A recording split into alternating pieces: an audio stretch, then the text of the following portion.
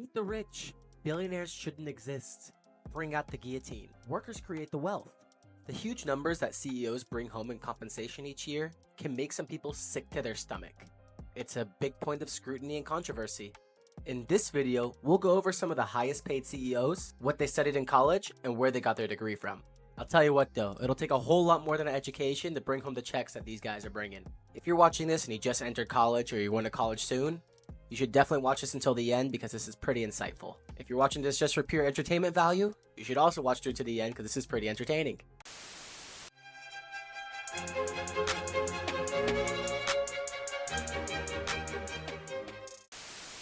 Our first CEO is not a CEO anymore, and I don't think he can ever be one again. Kiwi Kamara was paid $109 million in 2022 as the CEO of CS Disco, which was a management software for lawyers. But he was forced to step down after sexual assault allegations surfaced against him. Born in Manila in the Philippines to two doctors, his parents brought him to Cleveland, Ohio when he was just a 1-year-old. And then he finished his elementary school in Honolulu.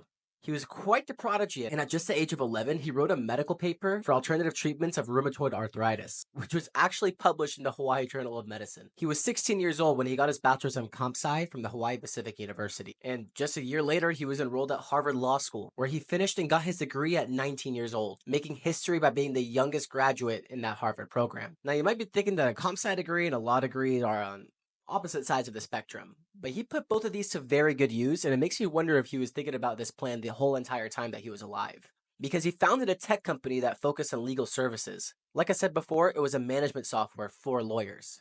He founded a company in 2013 and it went public on the New York Stock Exchange in 2021. On the dark side though, the company never really turned a profit or made significant returns for all the venture capital investors that helped start this thing. So it was very looked down upon when he took home $110 million compensation in 2022. Needless to say, the board was trying to find any reason to get rid of him, and their answer came when a plethora of sexual harassment allegations came out against him. All the insiders pressured him to leave and he left behind $100 million in stock options.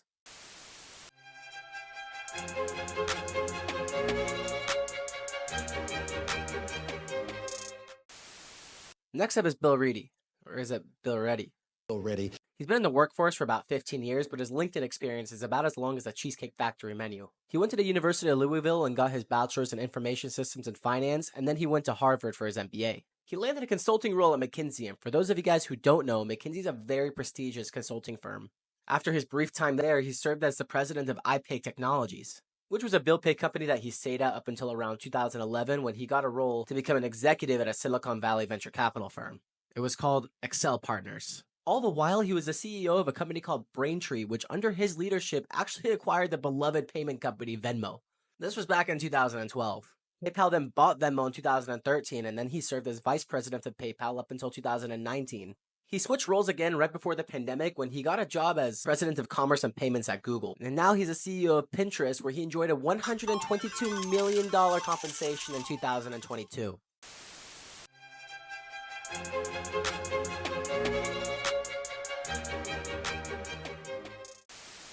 So Arizona State often gets a pretty bad rep as a party school, but I think they produce a pretty good one right here. And I actually considered going there during my senior year of high school, but my family talked me out of it. Douglas Ingram got his bachelor's in psychology from ASU before getting his JD from U of A. Interestingly, despite his education, he spent most of his time at pharma and biotech companies, starting at Allergan in 1996. He was very loyal to the company, moved up the ladder, and actually became president of the company in 2013.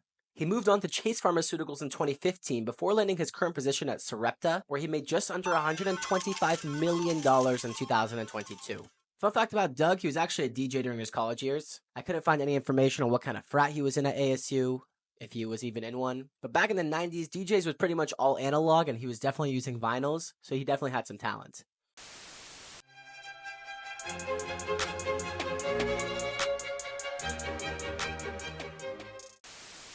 Michael Rapido seemed to be born for the role that he is in today. He was born in the Canadian province of Ontario and went to Lakehead University where he got his bachelor's in business administration.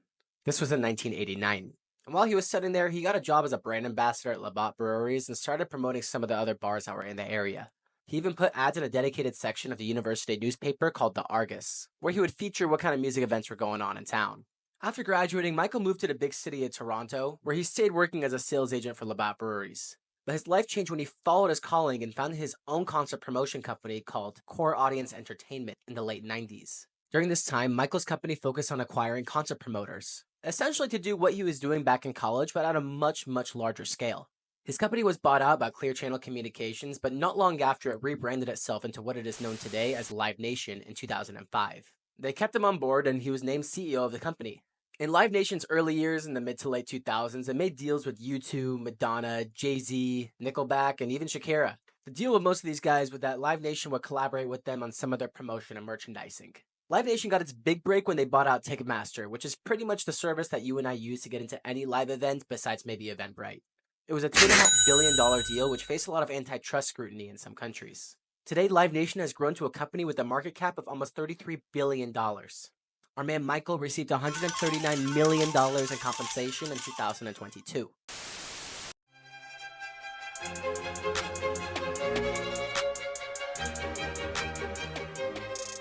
Nikesh, in terms of education, is definitely the most decorated individual on this list. He was born in Uttar Pradesh in India, and his father was actually an officer in the Air Force there. He got his bachelor's in electrical engineering at Billionaires Hindu University, went to Boston College to study finance, and then went to Northeastern to get his MBA. The cherry on the top is he even got his CFA charter in 1999. He had a brief stint with Deutsche Telekom before joining Google in 2004, where he was vice president of European business operations, before becoming president of business development in 2010. And then, chief business officer in 2014. He jumped ship to the Japanese firm SoftBank that year, raking in over $200 million, breaking records for any compensation plan seen in Japan before. He then started to work for the cybersecurity firm Palo Alto Networks in 2018, where he still remains today. His total compensation was $151.3 million in 2023, which put him in the top 5 for the highest paid CEOs in the United States that year. Even more mind-boggling was that he was making 735 times the median worker salary at his company, which sounds like whatever if you're comparing it to, say, people in the mailroom or the janitor. But note, the median compensation plan at his company was $206,000. So if you're considering getting your CFA and you're just too afraid to study for it, this might be your wake-up call.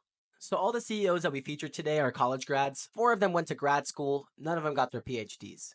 Out of our undergrads, we have 2 in a comp sci or comp sci related field, 1 in psychology, 1 in engineering, and 1 in business. And then for our postgrads, we have 2 JDs, 2 MBAs, and 1 finance degree. Now, don't think that this is actually educational advice. I'm not saying that if you're going to study one of these subjects, that you make this much money. I'm not saying that at all. These guys have a lot of will and talent that was not acquired in the classroom.